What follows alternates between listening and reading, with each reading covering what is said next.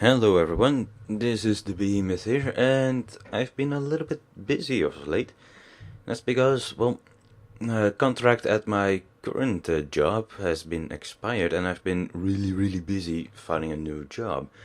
And, well, I hopefully will hear on Monday, this is recorded on Saturday, if I'm accepted at a new position.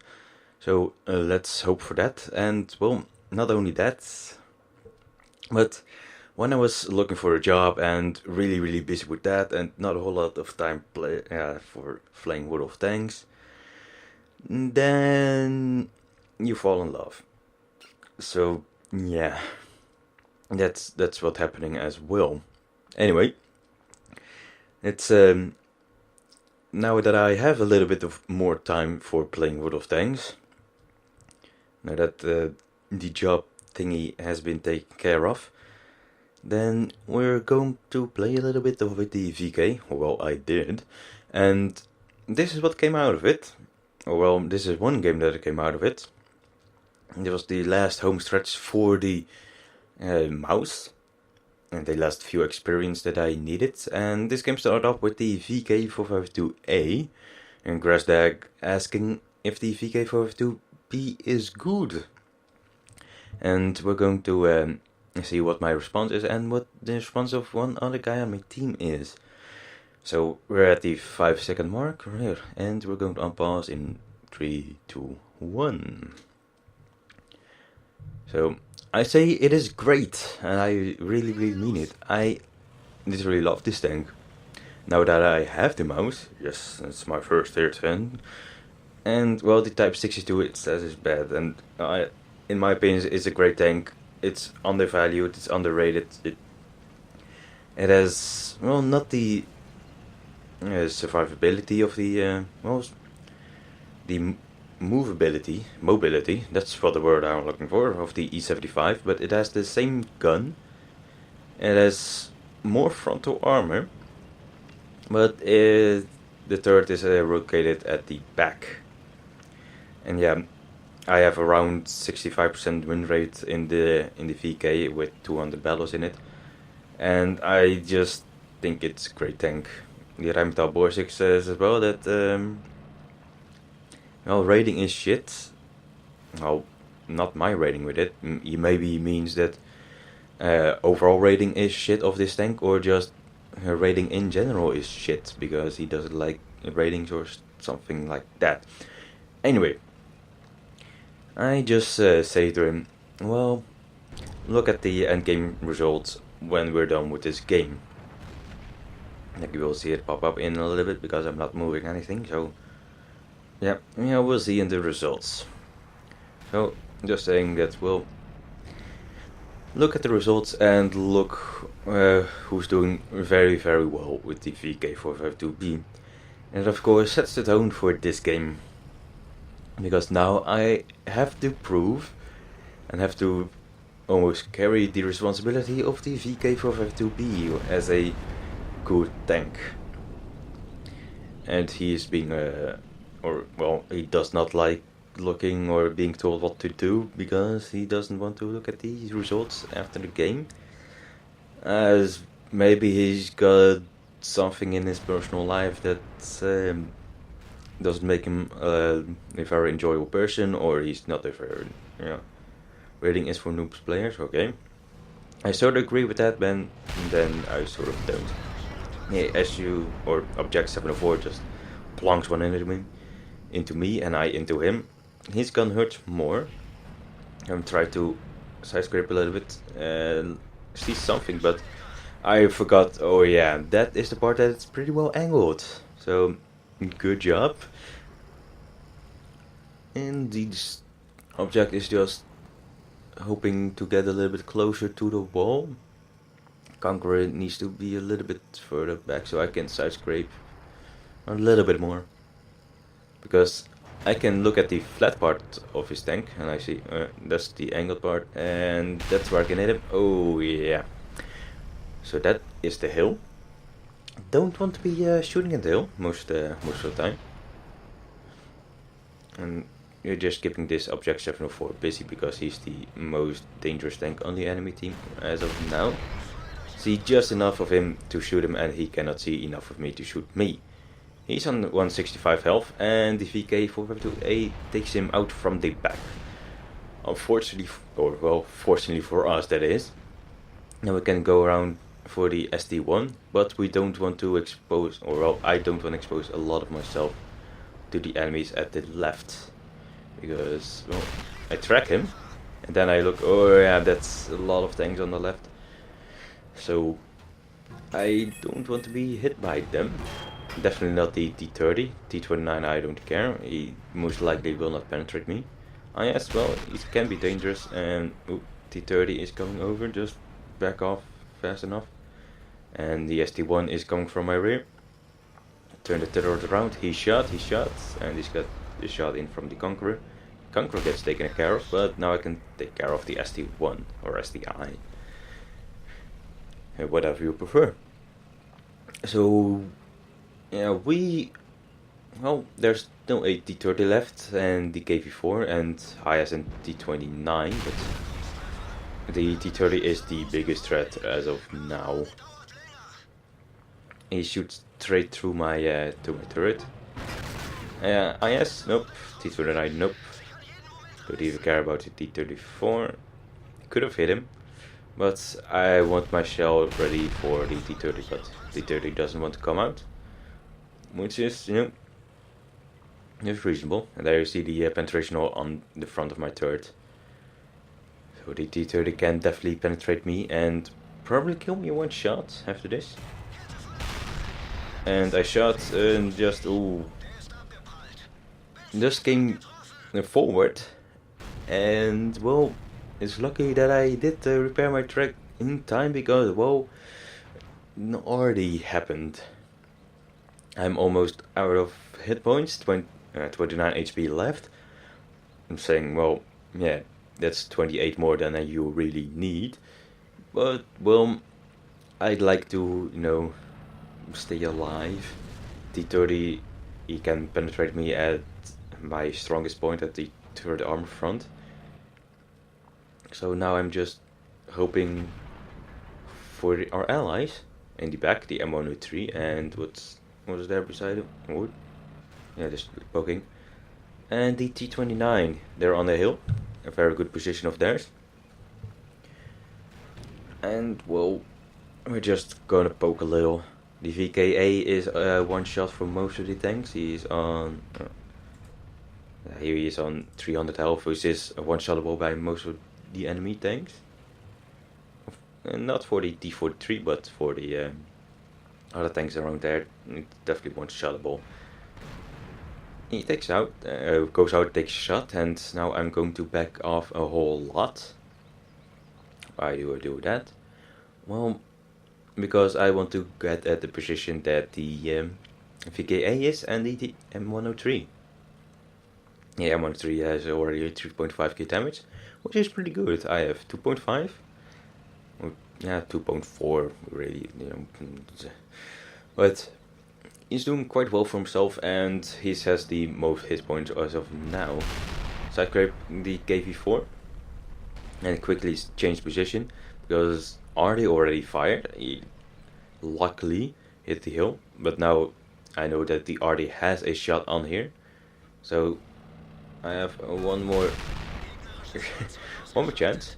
I'll just quickly poke out, take a shot, and bounce the IS and take him out as well, which is luckily, which is one less gun shooting at us, which is always very, very good. Now I was backing off quickly and letting them know that I was going the other way, sort of. And then the I don't know if you could hear that, but that was my telephone that just rang, just a message.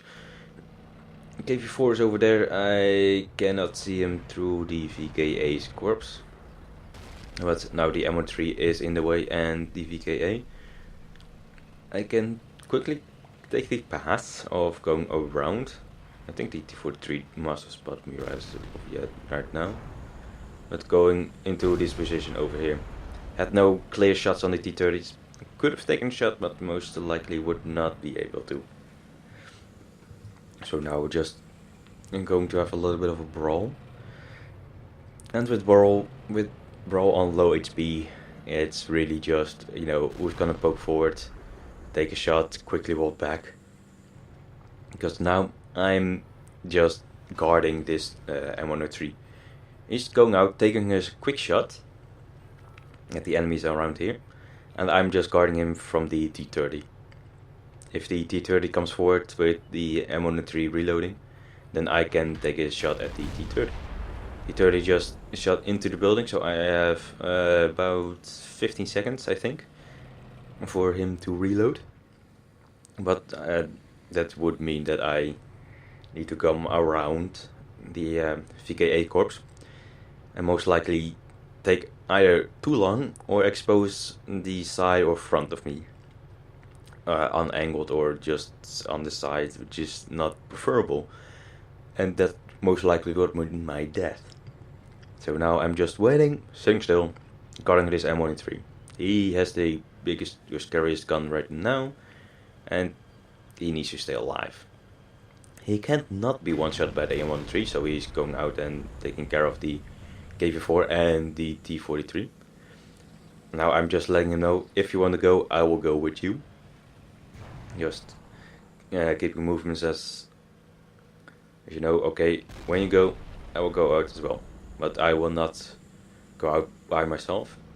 But now I'm just gonna take off this T43, side scrape a little bit, for if the T30 has a shot on me or had a shot on me.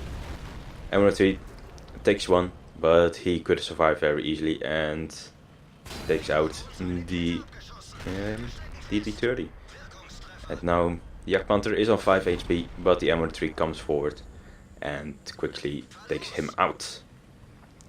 Which is pretty lucky for me, because he could have taken me out, the Yak Panther. And well, by the look of it, he might have been using the long 88. Let's see. Yeah, might have been the... No, it's the 105. So he had about half a second left of reloading. But there's only the IS-6 and the FE207 left. IS-6 is over there. And the FE must be around somewhere. Type 62 is having a little bit of a brawl with the IS-6. So the FE must be around on the left somewhere. So I'm going on lower parts, and there's the FE. He's behind a building. So keep moving, get to cover from the IS-6. He's more dangerous at the moment. The FE is most likely be spotted by the M103 and T29. He goes forward and he's done for. And the IS-6 is somewhere around here. He has retreated actually. So now, you know, I could sit in the cap and win that way, but I want to kill. I just want to kill on the IS-6. And the M103 says he doesn't have any munition anymore. So, you know, capping when you don't have any munition left, sure, why not? Capping in this position is, well, we can take care of the IS-6, but he can also maybe take care of us. So it's a so-so situation. But me going forward, just showing that, hey, with 29 HP, I am not scared of the IS-6. I will go out there and take care of him. And the M103 just goes out with the last second.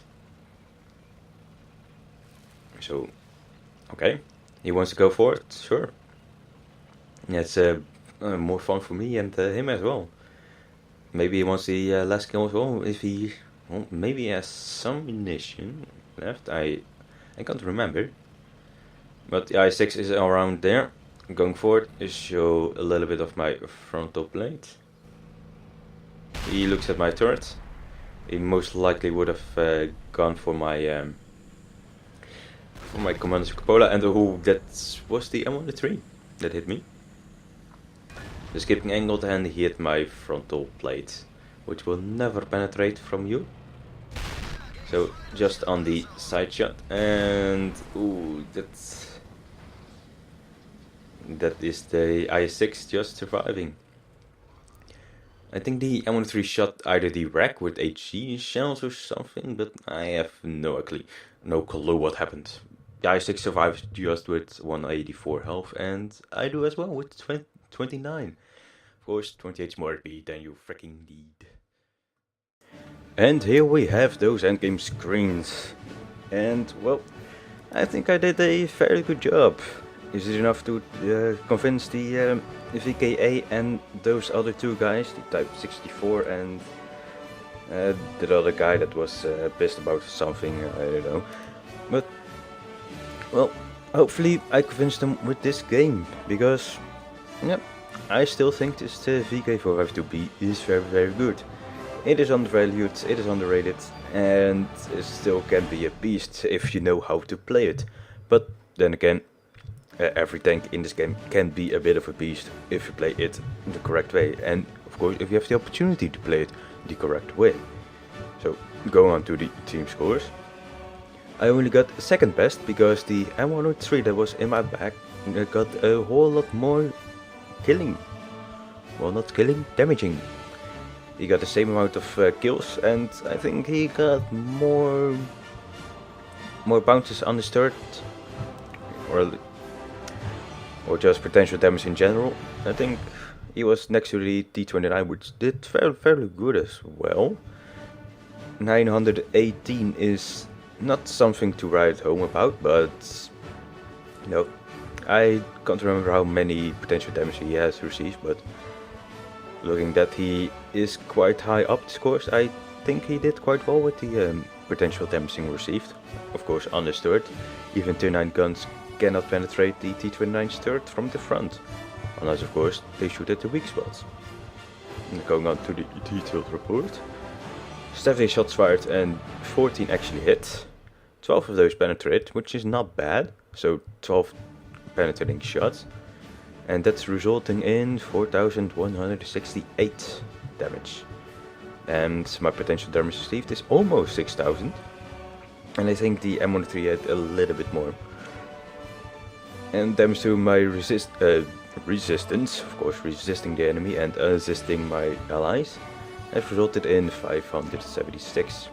A bit low, but hey, any damage to resistance is always very nice. And due to a reward mission, that means if you kill 4 enemies, do a bunch of damage and receive one of the 3 highest XP scores on your team, then you had 75,000 extra credits, which is very nice. So that makes me coming out of that game with a total of 2,000 experience and almost 100,000 credits.